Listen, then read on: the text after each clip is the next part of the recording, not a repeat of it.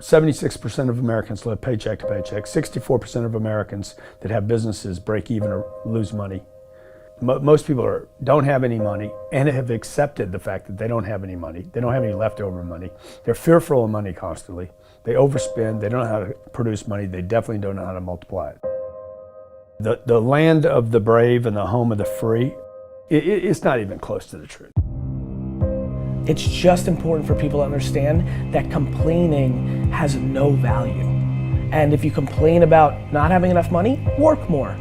If you complain about not having work-life balance, spend more time on vacationing and your family. It's super simple. Let your actions dictate instead of sitting there and feeling like you're not in control. Poor people say, I can't afford it, I can't do that, I don't have time. It's an escape, you know what I mean? It's easy to say I can't afford it. Oh, I'm too tired. Oh, I can't go to the gym. You know, when you could go to the gym, but no, I can't. Truth is, I'm just too lazy to go to the gym.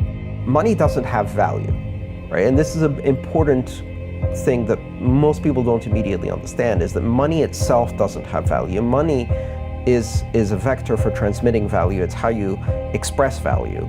But the value isn't in the money, it's in the product or service you bought with it, and it's in the labor you gave in order to acquire it in the first place. That's where the value comes from. There's nothing intrinsically valuable in the money.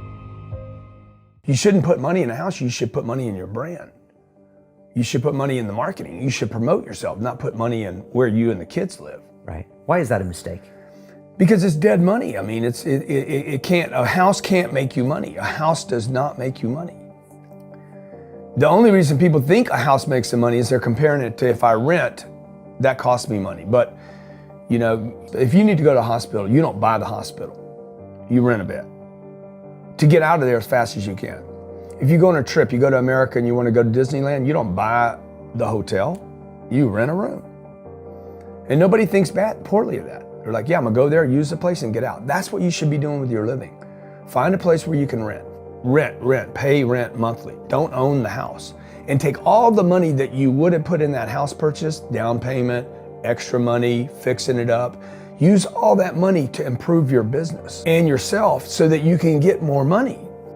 Right? So I see so many people here like, I'm gonna invest 300,000 pounds in a house to hopefully make $30,000, 30,000 pounds. Right. I'm gonna buy it for 300, maybe I'll sell it for 600,000. I'll double my money. Fixed in one place, by the way, where no money comes to you. Money does not go to homes. Right, and that's a big thing on your career is moving locations. Yeah, I've moved 5 or 6 times. I can move another 4 or 5 times. Because people who stay in the same place get too comfortable. If you study wealthy people, they're mercurial. They're moving, they're mobile.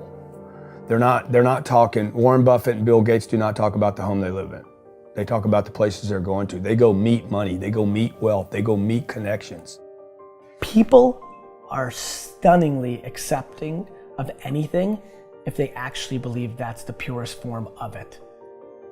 I think I'd be less acceptable if I hedged.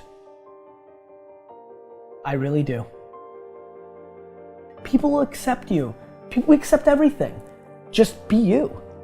Be you, and clearly people like react. When you're trying to fake something and you've got bad intent, well then that's visceral and we hate.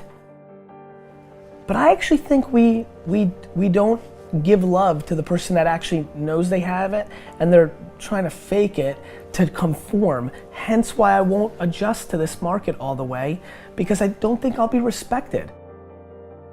I know what my intent is, so why would I be scared?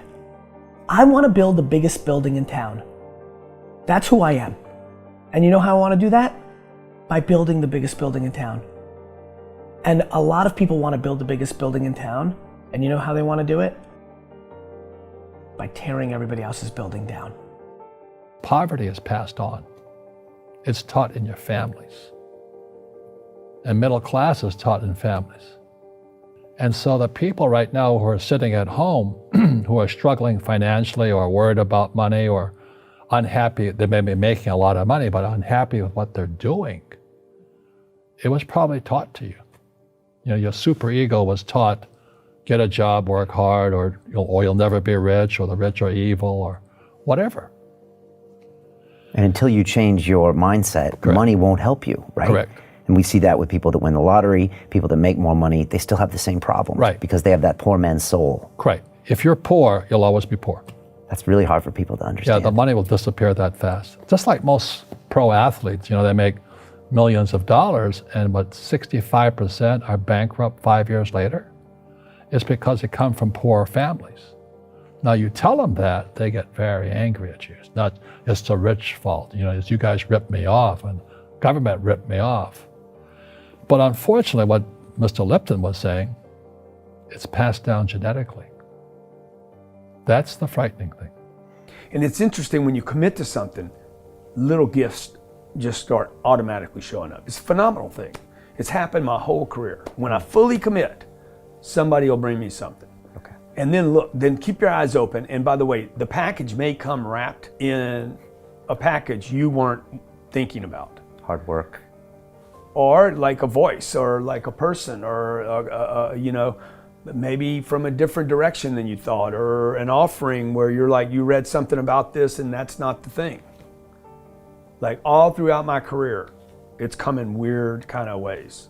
If you ask for help and somebody shows up at the door, maybe invite them in. Okay. Regardless of what the packaging is or what you've heard about it or whatever. That's really been beneficial to me. Okay. How old are you? 44. I'm 40. Do you know how young we feel? When you were 26, did you ever think that this is what 44 felt like? No. You thought that was finished. Yeah. How old are you? 29. Like, you think a 40-year-old, like when I was 25 years old, I thought a 40-year-old was finished. I don't even feel like I'm starting. Right? Yeah, but when I was 26, I was in a rush.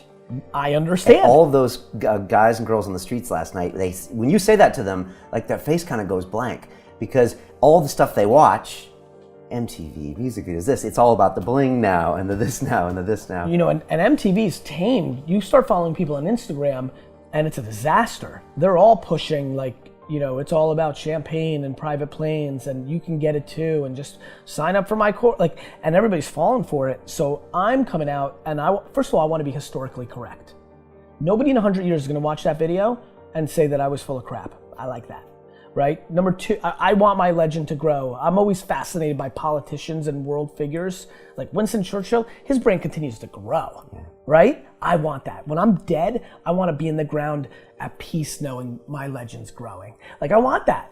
I want that in the business world. And so I'm giving real advice, and real advice looks like this. When you're 19 and you can spend 7 full years learning your craft, meeting people that are mentors, being patient, and you wake up and you're 26 years old, you have your entire life in front of you and you've done great foundational work to go on and then be successful. I have bad luck too. I've had financial crashes. I've had people stab me in the back, but they're all good because I grow from it. That's spirituality. Right. People who are afraid of making mistakes, like they teach in school, they don't ever grow. Because spirituality is there's good and there's bad, there's right and there's wrong, there's up and there's down. Most people only want to be right. They only want to be positive. Well, you can't have that. That's not reality. And the average person, the reason they're poor is they haven't failed. They play it so safe. They haven't made any mistakes like they taught in school. That means they don't learn anything. That's why the school system's actually fundamentally corrupt. It's anti-education. Right. Don't make mistakes and don't ask for help. And if I didn't ask for help, I have my accountants, my attorneys, my bankers and all that. I go into business like a rugby team. Boom, boom. And we kick butt. But the average guy is standing there, I'm an A student, I'm going to do this all on myself. And a bunch of rugby players run you over and you go, well, they're not playing fair. You know what, you're playing stupid. You should have a team. You should have accountants, attorneys, and bankers and all that stuff. But that's not the game I want to play. I said, then don't play the game. The game of business is played with accountants, attorneys, bankers, hate to say it, politicians. You got to know the game. I don't want to hustle. I want to prosper. I don't want to grind. I want to create a machine that monetizes. I'm not shameful of money. I want money. I want a lot of money. I want to give money away. I want to raise a lot of money. You can't do that if you're broke.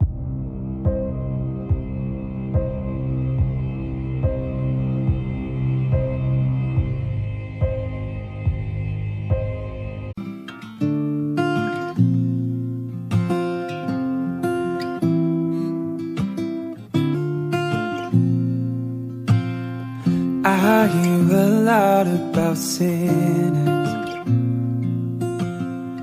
Don't think that I'll be the same, but I might go down to the river, 'cause the river